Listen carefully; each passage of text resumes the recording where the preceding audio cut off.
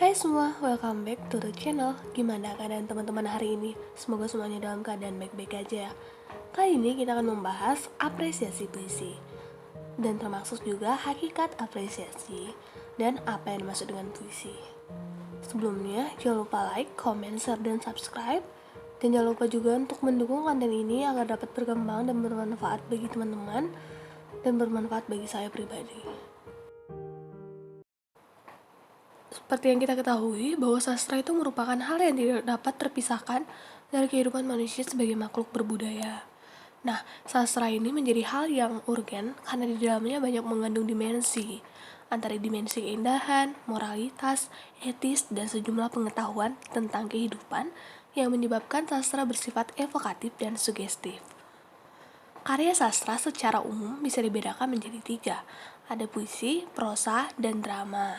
Secara etimologis, istilah puisi berasal dari bahasa Yunani poesis yang berarti membangun, membentuk, membuat, menciptakan.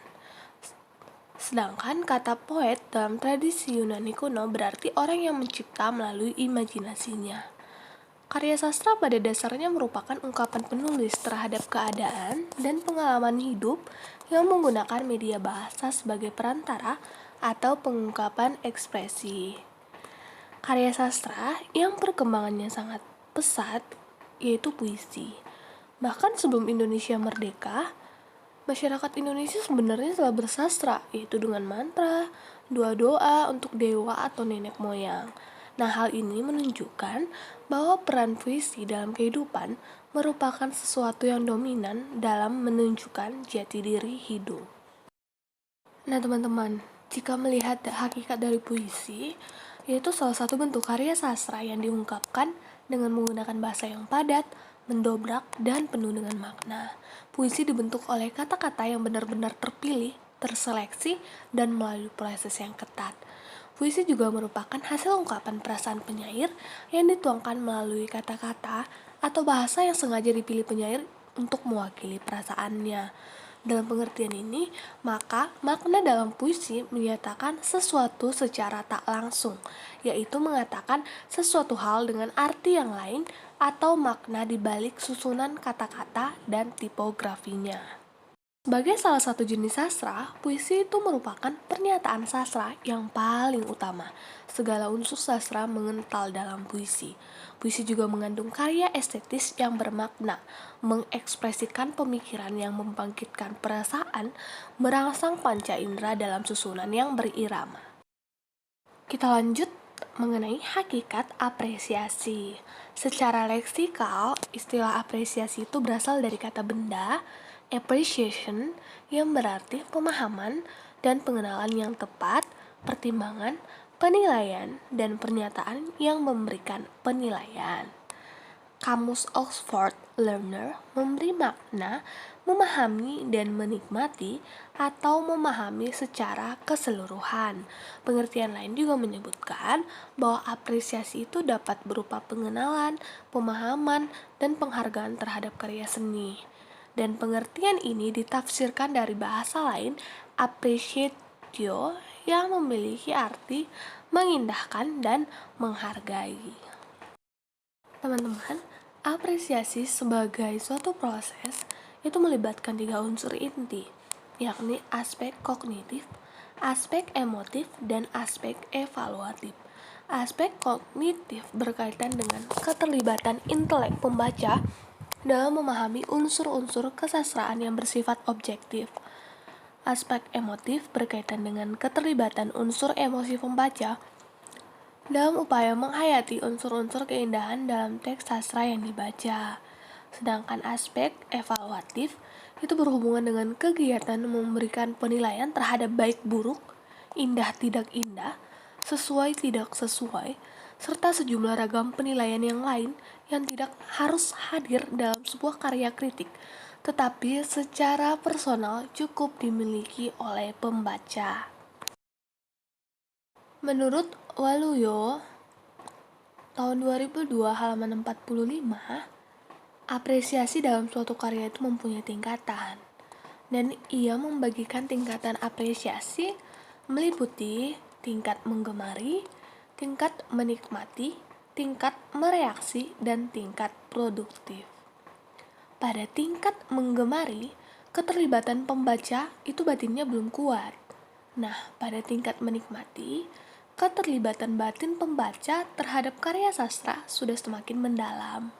Nah, pada tingkat mereaksi, sikap kritis terhadap karya sastra itu sudah semakin menonjol karena ia sudah mampu menafsirkan dengan seksama dan ia mampu menyatakan keindahan dan menunjukkan di mana letak keindahan tersebut.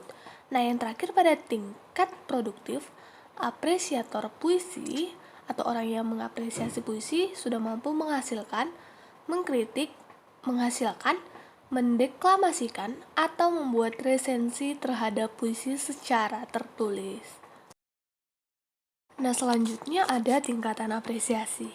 Apresiasi itu terjadi secara bertahap, dimulai dari tingkat rendah sampai tingkat tinggi.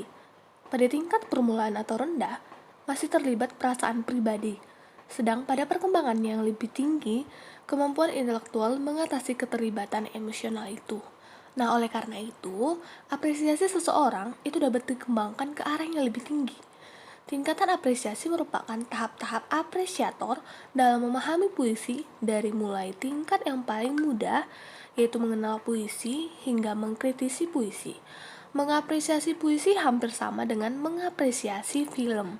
Lewat media akan memudahkan menghayati dalam penangkapan ide yang terkandung dalam puisi, yaitu melukiskan atau menggambarkan imaji dalam puisi sehingga terlihat objeknya secara jelas. Nah, teman-teman, ada juga hal lain yang perlu kita ketahui dalam memahami puisi, bahwa puisi itu memiliki dua level makna. Makna tersebut adalah makna literal atau literal meaning dan makna simbolik atau symbolic meaning. Makna pertama tentunya itu lebih mudah daripada makna yang kedua, karena makna pertama tidak jauh berbeda dengan apa yang tertulis dalam teks, sedangkan makna simbolis itu menuntut kepada kemampuan pembaca untuk melihat jauh hal-hal yang terdapat pada puisi tersebut. Selanjutnya, ada bermacam-macam jenis puisi yang ditulis oleh para penyair Indonesia. Karya sastra itu tidak bersifat otonom.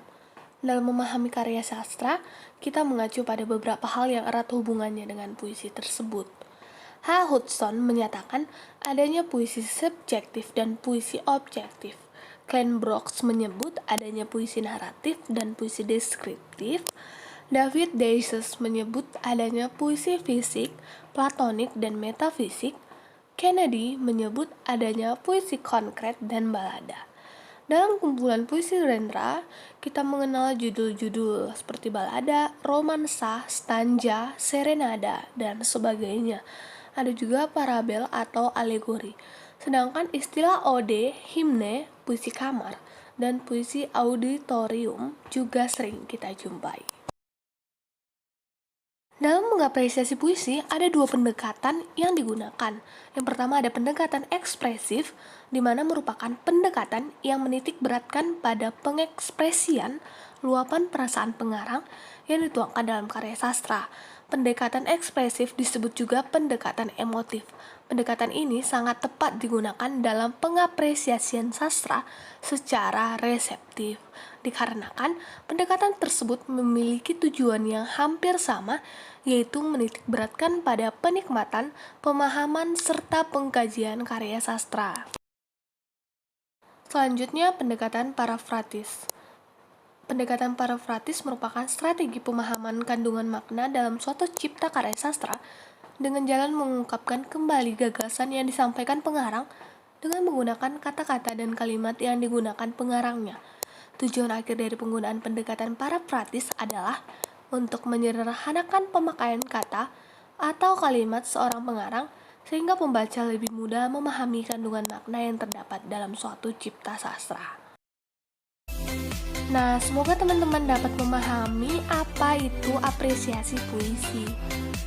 Terima kasih atas perhatiannya. Sampai jumpa di konten berikutnya.